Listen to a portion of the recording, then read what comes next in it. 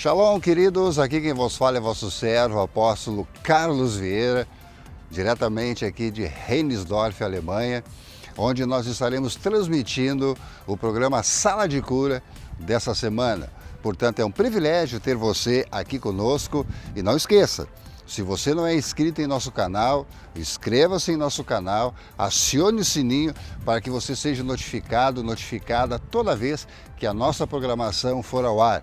E também deixe teu like e compartilhe a nossa programação com o maior número de pessoas que você conseguir.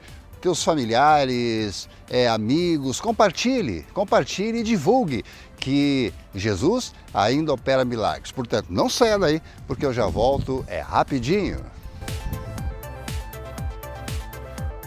Shalom, queridos, estamos de volta com a nossa programação semanal Sala de Cura.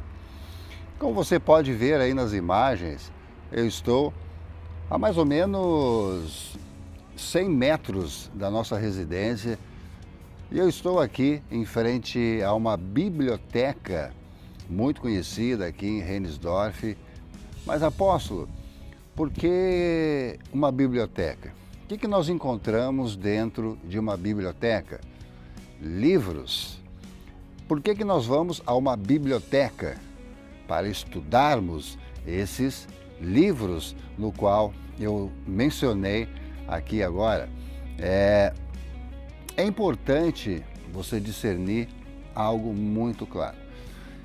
Eu não estou aqui, primeiramente, eu não estou aqui para criticar igrejas, eu não estou aqui para dizer se é certo ou errado, eu não estou aqui para apontar o erro, eu estou aqui para mostrar o erro que muitas igrejas, lamentavelmente, estão cometendo nos últimos dias, nos últimos tempos, vamos dizer assim. O mundo está passando por colapso. Recentemente tivemos um colapso de energia em Portugal, que se estendeu à França, Espanha, e aqui na Alemanha foram em locais isolados, né? Mas eu pude perceber que as pessoas, quando elas sentem o faro da crise, elas correm para se precaver. Por que eu estou dizendo isso? Houve uma invasão muito grande dentro dos supermercados na Europa e as pessoas esvaziaram as prateleiras. Por que eu estou falando isso? Agora está tudo normalizado, né? Mas por que eu estou falando isso? Porque o mundo ele está entrando em colapso e muitas vezes as pessoas que estão dentro das igrejas, elas estão perdendo tempo com coisas absurdas. E como eu falei agora há pouco, eu não estou aqui para dizer que A ou B estão errados. Eu estou aqui para mostrar o erro da liderança da Igreja de Cristo aqui na Terra. Porque nós temos que nos focar, nas vidas, nós temos que nos focar nas orações, pelo mundo, para o mundo, em prol do mundo, e não perder tempo em coisas que não acrescentam ao Evangelho. E por que eu estou dizendo isso? Eu vou mostrar um vídeo aí para vocês, não vou falar aqui o nome da igreja, mas para você discernir o tempo que se está perdendo com coisas absurdas, né? Então assista o vídeo aí que eu retorno para comentar sobre isso. Meu Deus do céu, isso é forte, pastor. Pois bem, mas amados, infelizmente está acontecendo aqui alguma coisa entre nós que não está ficando bem. É o porte dos nossos pastores. Meus amados, alguns, eu creio que até um desrespeito à igreja, a sua apresentação diante da igreja. E olhem, meus irmãos, estão apanhando aí um costume que nunca foi nosso. Eu acredito que não deve contar, não sendo nosso, porque é bíblico. Depois mostrar na Bíblia, é a questão da barba. Eu vou ler aqui, eu vou pedir para o Moisés, leia na Bíblia, por favor. Isaías 7:20 e depois me leia Ezequiel 5:1, por favor. Isaías 7:20. Sim. Naquele dia raspar-se-á o Senhor com uma navalha alugada do outro lado do rio, a saber, por meio do rei da Assíria, a cabeça e os cabelos da barba que contém sobre a pele. Ezequiel 5:1. Ezequiel 5:1. Ezequiel 5:1. Tu, ó filho do homem, toma uma espada afiada como uma navalha de barbeiro, e a tomarás e a farás passar pela tua cabeça e pela tua barba. Tomarás uma balança de peso e repartirás os cabelos. Meus irmãos, Nazireu já foi lá no passado. Nós não temos aqui nenhum nazireado. E o resultado é que nós estamos vendo pastor subindo no púlpito com uma barba grande. O que é que? Está doente? Arrancou o dente? O que é que foi? Irmãos, outra coisa mais. E eu queria pedir aos irmãos, por favor, nós não podemos acompanhar os costumes do povo que está no mundo. Jesus nos chamou para uma coisa melhor. Paulo diz que nós somos um povo especial, zeloso e de boas obras. Pastor sobe no púlpito, irmãos, já não tão bem vestido, sem gravata, e olha, bom, devo ficar por aqui. Mas chega lá barbudo. Não vamos mais aceitar barba aqui entre nós, por favor. Olha aqui, olha que coisa bonita aí. Alguns poucos têm barba, por favor. Não está faltando gilete, não está muito caro. Compre ou vá no barbeiro, contanto que tire a sua barba e se apresente à igreja bem direitinho. Paulo disse: convém nos apresentar como obreiro de que não ter se envergonhar, não é? Então, por favor, corta a barba, não permita que os seus cooperadores também sejam barbudos, por favor. Tem muito maestro de coral, tem muito maestro de orquestra. Irmãos, acaba tu chega barbudo, por favor. Não estou dizendo doutrina, não é costume nosso, irmãos, trabalhar com pessoas com barba. Por favor, fica isso guardado no coração de vocês. Agora o resto é com vocês. Veja bem o equívoco da interpretação dessa palavra. Eu vou dar 2 exemplos aqui hoje, né, de erros de interpretação da palavra de Deus. Uma delas é essa, que foi mencionado nessa reunião de obreiros desta determinada igreja, onde o líder fala acerca de Ezequiel capítulo 5. E Ezequiel capítulo 5, ali diz, eu vou repetir: e tu, ó filho do homem, toma uma faca afiada como navalha de barbeiro, e a farás passar pela tua cabeça e pela tua barba. Então tomarás uma balança de peso e repartirá os cabelos. Essa base bíblica que eu compartilhei com vocês agora, e vocês acabaram de ouvir também do pastor, se referindo aos obreiros, né, as barbas dos obreiros, que essa determinada igreja proíbe, né, proíbe os seus obreiros, proíbe a sua liderança de estar, usar barba, né, assim, por assim dizer. E ele usa essa passagem bíblica de Ezequiel, capítulo 5, versículo 1, como uma base bíblica dada por Deus para proibir, né, as pessoas usarem barba. Essa passagem bíblica de Ezequiel, capítulo 5, versículo 1, ela nos mostra uma alegoria, né? Deus falando com o seu profeta para que ele fizesse tal coisa e fosse até, para ele ilustrar nele, no corpo dele, o que Deus queria passar, falar para o povo de Jerusalém. Então, ele foi uma ilustração de Deus, ele teve que raspar a sua cabeça, cortar a sua barba, para ilustrar aquilo que Deus havia dito a ele para passar para o povo de Jerusalém. Então essas más interpretações acabam afastando muitas vezes as pessoas de dentro da igreja. Essa igreja, por exemplo, ela tem as suas normas, né? Então é uma norma da igreja. Nós não podemos pegar essa base bíblica que o pastor acabou de dar para impor regras, né? Para impor algo que não é o que Deus está falando. Porque a própria palavra de Deus, né? A própria palavra de Deus, se não me falha a memória, e ela não pode falhar, né?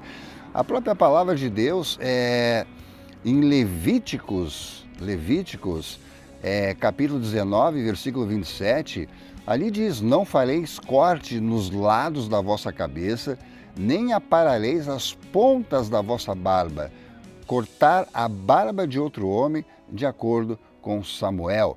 Então, são os erros de interpretação da palavra de Deus. E agora, na sequência, eu quero dar um outro exemplo para vocês. Eu vou passar um vídeo de um pastor. Esse vídeo ele foi muito comentado, vamos botar aí uns 8 anos atrás. Ele foi muito comentado no Brasil, inclusive a imprensa foi atrás desse líder eclesiástico, desse pastor, porque foi um escândalo na cidade, né? O pastor, por sua vez, ele teve uma relação íntima com a esposa de um membro da igreja.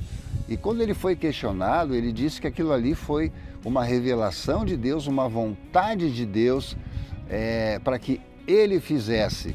Então, vejam bem o erro de interpretação da palavra de Deus, que pode custar muito caro para aquelas pessoas que não têm o conhecimento da palavra. Portanto, assista o vídeo aí que eu já volto. Foi na Bíblia que o pastor viu que poderia ter outras mulheres. Gostaria que alguém provasse para mim, biblicamente, aonde foi proibido um homem ter mais de uma mulher. Entramos em oração, pedindo a Deus misericórdia, porque seria uma das coisas mais difíceis da minha vida.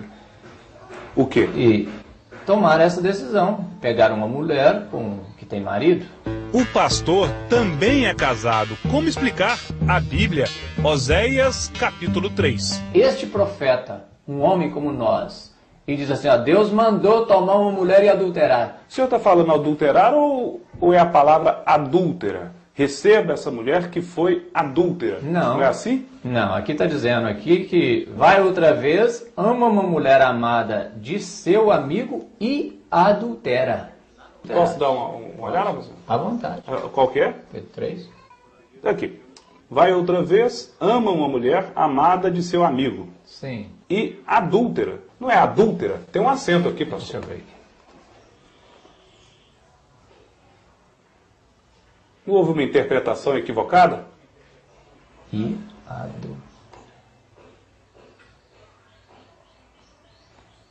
Ou seja, a Bíblia não estaria se referindo a uma mulher adúltera? Deixa eu ver aqui.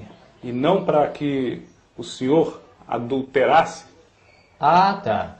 Inclusive foi bom eu estou mexendo nisso aqui, porque uma coisa chama a outra, né? Por isso Imagine você o escândalo que não foi nessa cidade, né? Depois desse fato ocorrido. Por má interpretação da palavra de Deus, muitos estão indo para o inferno. Eu vou compartilhar com você essa mesma base aí que o pastor ele se focou para fazer essa tremenda bobagem, que está lá em Oséias capítulo 3, versículo 1, que diz assim: e o Senhor me disse, vai outra vez, ama uma mulher amada de seu marido, contudo adúltera. Ele entendeu adulterar com a mulher do amigo, né? Contudo adúltera, como o Senhor ama os filhos de Israel, embora eles olhem para os outros deuses e amem os bolos de uvas.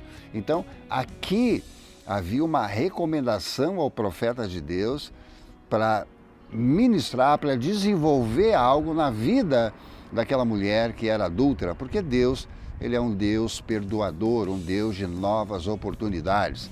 Então, esses erros grotescos da palavra de Deus acontecem pelo seguinte fato: muitas vezes, né, líderes da igreja, membros da igreja, pegam as suas Bíblias e só no dia de culto. A palavra de Deus ela tem que ser interpretada. A palavra de Deus, eu costumo dizer que nós não devemos ler a Bíblia. Opa, como assim, apóstolo? Eu oriento aos irmãos, aos líderes, a meditar na palavra de Deus, porque você lendo a palavra, você corre o risco de cometer esses absurdos, né? Esses erros grotescos. Agora, no momento que você meditar na palavra de Deus, com toda certeza, o Espírito Santo, ele dará revelações a todos nós.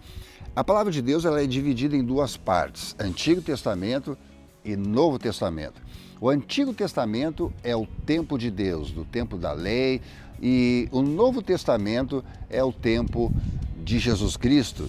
E hoje nós vivemos o tempo do Espírito Santo, porque Jesus, quando ascendeu aos céus, ele disse: enviarei um Consolador para estar com vocês. Então, o Antigo Testamento, ele é lei. Ele é lei. Eu, particularmente, eu não vivo pelo Antigo Testamento. Eu vivo, lógico que no Antigo Testamento existem leis perpétuas, mas na maioria do Antigo Testamento é lei. E eu não vivo pela lei, eu vivo pela graça. No Antigo Testamento, nós podemos ver coisas muito tremendas que nós podemos aprender, mas não é uma lei de Deus para os nossos dias hoje. Vou mencionar de novo que existem leis no Antigo Testamento que são leis eternas, né? Mas hoje nós vivemos pela graça do Senhor. Portanto, compartilhar com vocês esse pequeno estudo é uma importância muito grande. Tenham cuidado com aquilo que vocês dizem dentro das suas igrejas, para a sua liderança e para os seus membros. Aqueles que não entendem da palavra de Deus vão aplaudir. Eu estava hoje pela manhã conversando com a minha esposa e num momento ela falou algo muito interessante, né? Se cabelo não fosse importante, né? Sansão não teria força vindo deles. E ele perdeu a força quando foi cortado os seus cabelos. Então, é muito importante nós entendermos que Deus ele não coloca jugo, ele não coloca fardo sobre as nossas vidas, né? Portanto, é muito importante você entender, é muito importante você discernir a palavra de Deus, porque ela é rica em conhecimento, ela é rica para nós, né? Em aprendizagem, porque hoje nós temos que entender algo. O mundo está entrando em colapso e nós temos que fazer a nossa parte, né? Então, essa coisa de barba, com barba ou sem barba, isso não é coisa de Deus, isso é coisa do homem, né? Então, não é uma crítica, e sim um comentário acerca das más interpretações da palavra de Deus. Portanto, eu espero ter contribuído para que você cresça cada vez mais em Cristo Jesus e medite com sabedoria na palavra de Deus. Portanto, que as bênçãos do Pai, do Filho e do amado Espírito Santo estejam com todos vocês. Que Deus abençoe. Tchau, tchau.